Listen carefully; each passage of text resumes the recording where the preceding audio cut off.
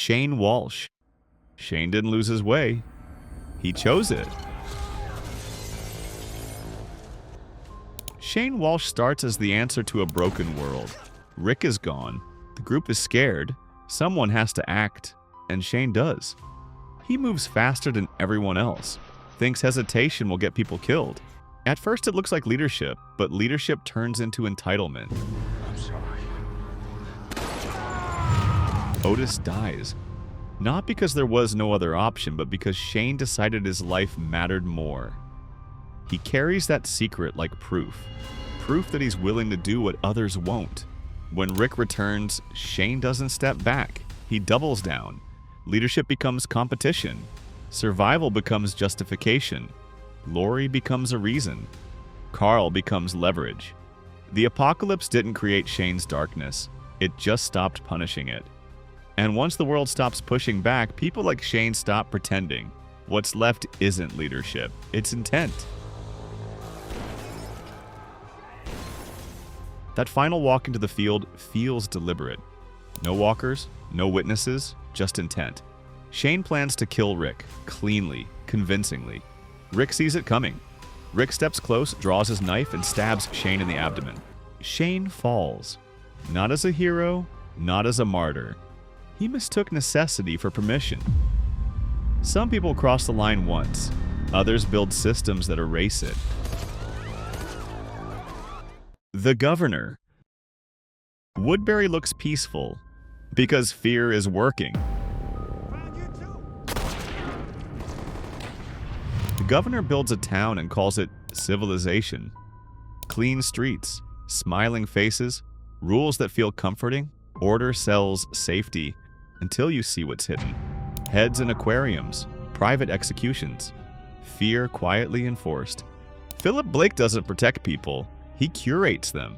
And this is where Woodbury stops being a town. It becomes a performance.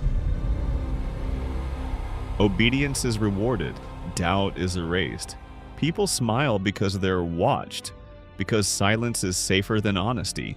When Woodbury falls, he survives. When his lies are exposed, he survives again. Even a second chance doesn't soften him. Power isn't something he uses, it's something he needs. And people who need power don't stop when it costs others.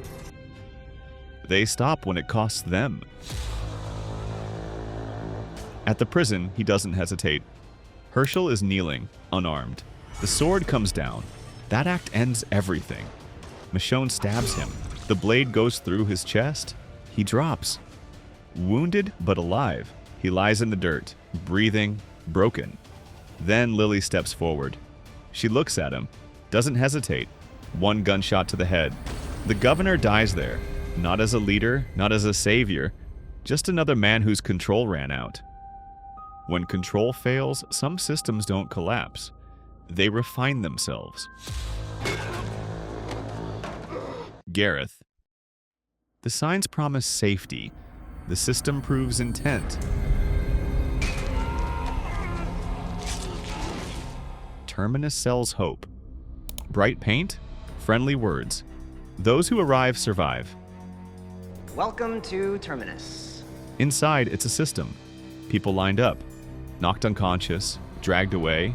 Hooks, batons, efficiency. The process is calm, almost polite.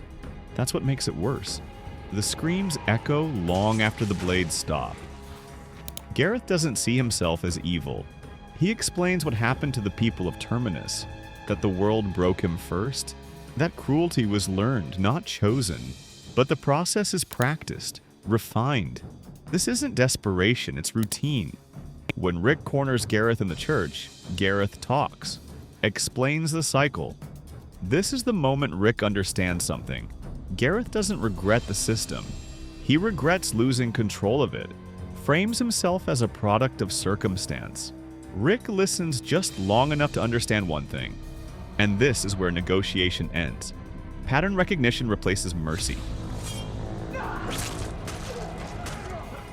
The machete swings, once, then again. Blood spreads across the church floor. Gareth's death isn't shocking, it's containment. Predators who justify themselves don't stop. Not all predators raise their voice. Some hide behind rules and paperwork. Dawn Learner. The badge isn't protection. It's leverage. You don't get to threaten me. Dawn Learner runs Grady Memorial on appearances. Rules taped to walls. Authority reinforced by uniforms. Order on the surface. Beneath it, pressure. People are indebted, trapped in a system where obedience equals safety. Dawn doesn't shout. She negotiates. Favors for compliance. Punishment yet resistance. She convinces herself it's necessary. That control is the only thing keeping the hospital alive. Cruelty becomes policy. Fear becomes routine. People stop questioning her, not because they agree, but because they're tired. Beth disrupts that balance just by existing, by speaking up, by refusing to shrink. And this is where compliance stops protecting the system. One voice is enough. I get it now.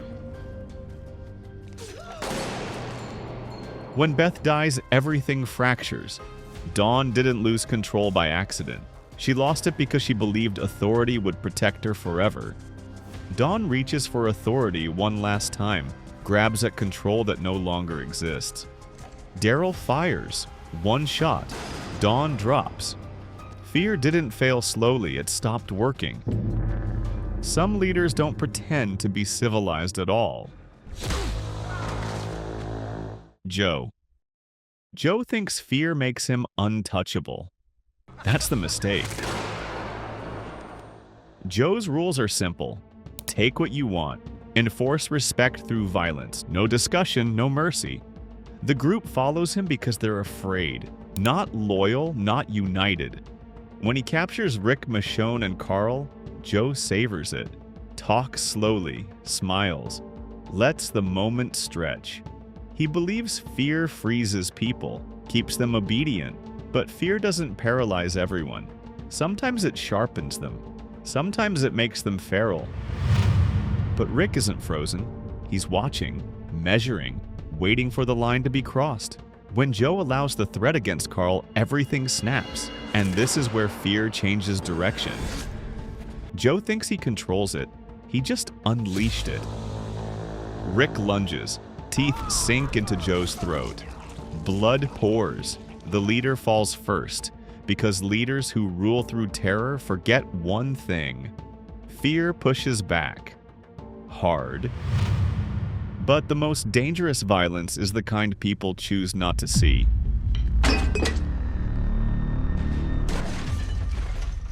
Pete Anderson.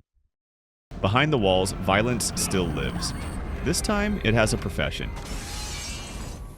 Pete Anderson looks harmless. A doctor, a husband, a man with status. Inside Alexandria, that matters. Behind closed doors, it doesn't. Jesse hides bruises. Pete offers excuses, stress, pressure, bad nights. The community looks away. Because intervening feels complicated, messy. People convince themselves it isn't their place, that keeping peace matters more than confronting harm, that tomorrow will somehow be calmer. It never is. Violence doesn't disappear behind walls. It just waits for permission. Until Pete kills Reg. Publicly, drunk, uncontrolled. And this is where denial runs out of excuses. Private harm becomes public truth. There's no explaining it now. Deanna looks at Rick, sees the warning she ignored. Rick doesn't argue. One bullet. Pete collapses. The walls stood. The denial didn't. Ignoring violence doesn't contain it. It teaches it how far it can go. Simon. Even monsters have limits. Simon was what happens when you ignore them. Light it up now! Simon thrives on chaos. Not strategy, not survival, excess. He enjoys going too far, enjoys watching people realize there's no negotiation coming. Entire communities disappear because Simon thinks fear only works when it's absolute. Because restraint feels like weakness to him. Even Negan sees the problem. Simon doesn't want leadership. He wants permission to be worse. When he challenges Negan, ego and ambition blur into a fight for leadership. And this is where excess becomes liability. The system chooses order over chaos. There is an audience, but no one intervenes. No spectacle. You want to be the man? You gotta beat the man. One-on-one. The saviors form a circle. No weapons. They fight. Simon swings first. Negan absorbs it, then locks his arm around Simon's throat. Negan tightens his grip. The chaos finally turns inward. He dies exactly the way he lived. And when chaos becomes inefficient, something colder takes its place. Alpha. She rules through silence. That's why no one sees the blade coming. Alpha erases identity. Names don't matter. Faces don't matter. Only obedience. The Whisperers don't follow her out of belief. They submit because resistance is punished immediately. Dissent is met with violence. Emotion is treated as weakness. She teaches them to disappear into the dead, to hide their fear behind masks, to survive by surrendering themselves. Even her daughter isn't spared manipulation. Love becomes leverage. Control becomes doctrine. Alpha mistakes dominance for permanence. Fear makes you loud. Trust makes you quiet. And Alpha never learned the difference. Negan watches quietly. He walks beside her, listens more than he speaks. Negan earns her trust slowly. He proves loyalty, kills for her, waits, and this is where fear stops protecting her. She lets someone close. He tells her he knows where Lydia is, leads her into the woods. They kiss. Then the blade slides across her throat. Quick, clean, Alpha falls. Terror held the group together. Trust ended it.